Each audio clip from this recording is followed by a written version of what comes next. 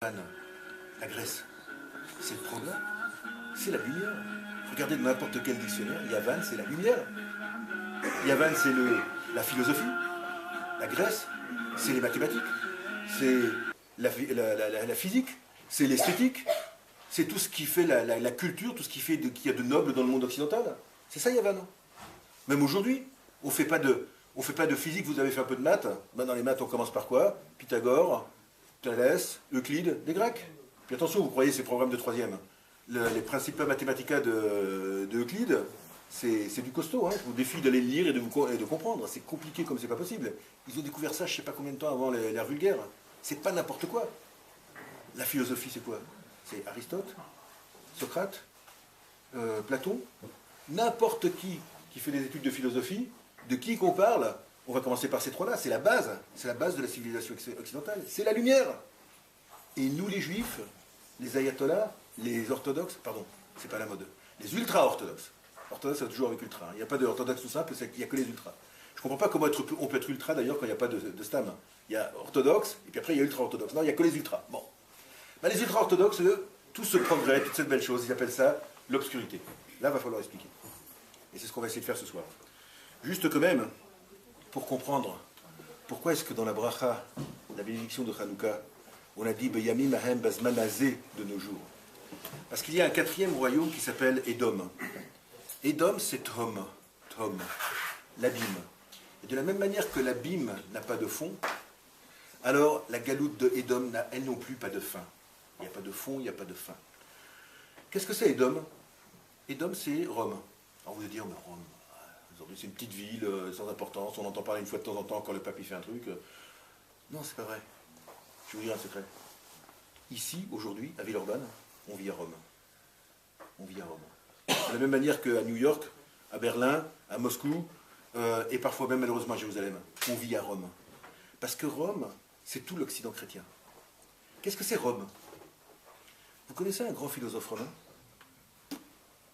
Un grand scientifique romain? Un grand écrivain romain? Qu'est-ce qu'ils ont fait les Romains? Les Romains, ils ont pompé.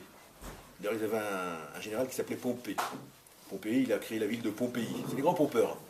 Partout où ils vont, ils prennent ce qu'il y a à prendre. Ils ont envahi Babel, ils ont pris un petit peu de Babylone. Ils ont pris cette idée d'impérialisme, d'opprimer le plus faible. Ils sont arrivés à Mède, ils ont pris Mède, ils ont pris la société de consommation. Ils sont arrivés en Grèce, ils ont pris la Chorma de la Grèce. Ils ont pris la Chorma de la Grèce. Partout où ils ont été, aujourd'hui, on vit dans ce monde-là. On vit dans une société de consommation, de plaisir, de loisirs. On vit dans une société où on écrabouille les autres et où on tire nos richesses des plus pauvres, le tiers-monde, le quart-monde, ce que vous voulez. Et on vit dans une société qui se veut quand même de chorma, d'intelligence, de culture, de science. Donc, on est tout à fait concerné par ce qui se passe là. Ils sont même arrivés en Israël. Ils sont arrivés en Israël et là aussi ils ont pompé. Ils ont pris l'Ancien Testament, ils l'ont transformé en Nouveau Testament. Ils ont fait un truc un petit peu bizarre, ils ont pris quelques grandes idées, édulcorées, vidées de leur sens, sans mitzvot, sans rien du tout, et ils ont créé le christianisme. Là encore, ils ont pris la quintessence, la substantifique moelle du pays qu'ils ont envahi, et ils se sont inspirés de ça pour créer une espèce de mélange de tout ça, qui s'appelle aujourd'hui l'Occident chrétien. Ça c'était pour l'introduction. Maintenant on va essayer de comprendre pourquoi est-ce que cette lumière, cette science, cette philosophie, cette beauté, pourquoi est-ce que nous on appelle ça Rocher? D'abord, est-ce que ça veut dire que nous, on est contre la science, contre la beauté, contre l'esthétique, contre les arts, contre la philosophie? Non. Mais oui. Mais non. Ah. Les Grecs, quand ils sont rentrés en Eretz Israël, les Babyloniens, ils sont rentrés en Eretz Israël, ils ont détruit le Beth Amikdash. Les Romains, ils sont rentrés en Eretz Israël, ils ont détruit le Beth Amikdash. Les Mèdes, ils ne sont pas rentrés en Eretz Israël, mais ils ont empêché de construire le Beth Amikdash. Les Grecs, ils sont rentrés en Eretz Israël, Beth Amikdash, et c'est super bien. On le garde.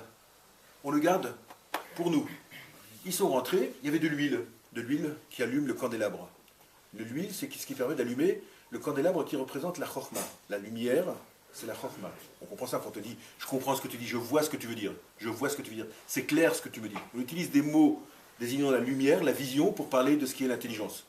La menorah, c'est le symbole de la chokhmah. Ils ont pris cette huile de chokhmah, ils l'ont rendue impure. Ils ne l'ont pas jetée. Ils ne l'ont pas brûlée. Ils n'ont pas détruit le Beth Amikdash. Ils ont voulu que toute la chokhmah ne soit que grecque. Et alors, qu'est-ce que ça peut faire?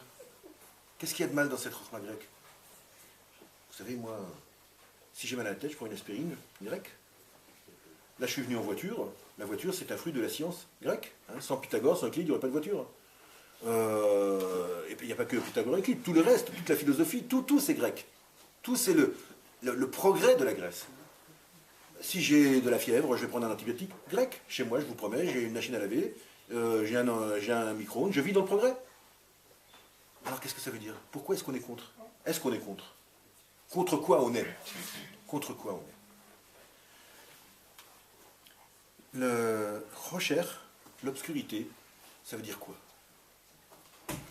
Le mot rocher, sa racine, ça vient de, comme on voit dans l'Akedat Yitzhak, quand Yitzhak, Abraham Avinu, il a fait l'Akedah, le sacrifice, soit dit, presque sacrifice de Yitzhak, et que le malach il est venu, il a empêché Abraham d'aller jusqu'au bout de ce sacrifice. Alors le malach il a dit à Abraham Avinu, tu auras une grande descendance, tu seras récompensé, ta descendance sera immense, venivrechu kol goy haaretz becha, et tous les peuples du monde seront bénis par toi, etc. Tachat asher lo chasarta bincha mimeni, parce que tu n'as pas retenu ton fils de moi. Choser ou chocher, c'est un shin ou un sin, c'est la même lettre. Ça veut dire retenu. De la même manière que l'obscurité en soi n'existe pas, ce n'est qu'une retenue de lumière. Alors, le mot choser veut dire retenu, le mot chocher veut dire retenu. Donc si les chazal, si nos sages, ils ont qualifié la Grèce de retenue, de chocher, c'est que quelque part dans cette science, il y a un élément qui est retenu. C'est quoi cette chose-là? Quelle est cette retenue? Je vais essayer d'expliquer. Le monde scientifique, on aurait pu parler de la philosophie, on aurait pu parler de l'esthétique. Il y a un autre cours pour ça, un autre cours pour ça. Aujourd'hui, on ne fait que la science. Le monde de la science, il s'occupe de quelque chose de tout à fait justifié, de comprendre le fonctionnement du monde matériel.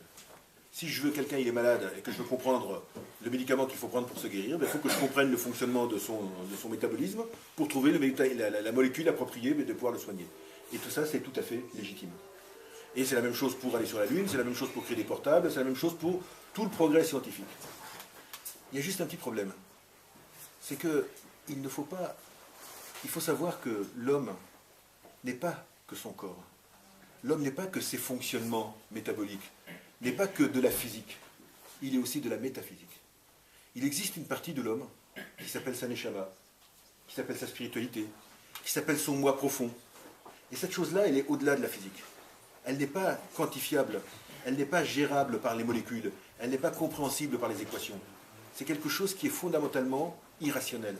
C'est une logique, il y a une logique dans tout ça, c'est la logique de la Torah, c'est la logique de l'étude, mais c'est une logique qui nous demande quand on étudie la Torah, on l'étudie avec toute notre rationalité, on vit de manière rationnelle, on vit dans l'Olam Hazé, mais d'un autre côté, on a les pieds ici, mais on a une partie de nous qui est tout en haut.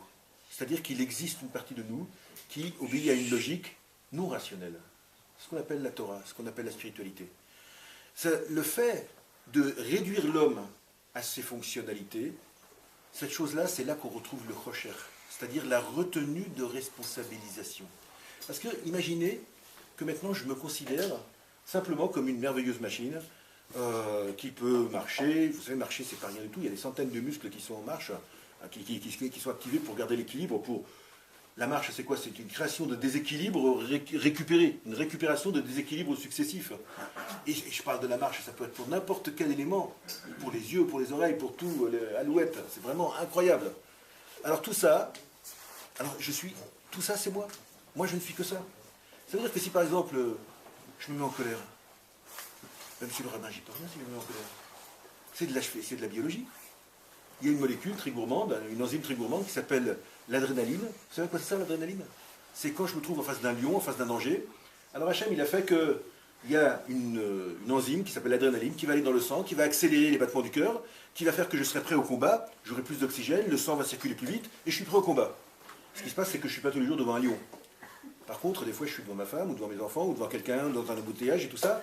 Et alors l'adrénaline, elle va fonctionner de la même manière. Je vais commencer à m'énerver, à crier, à me trouver en situation de combat, à me battre contre les assiettes, contre la table.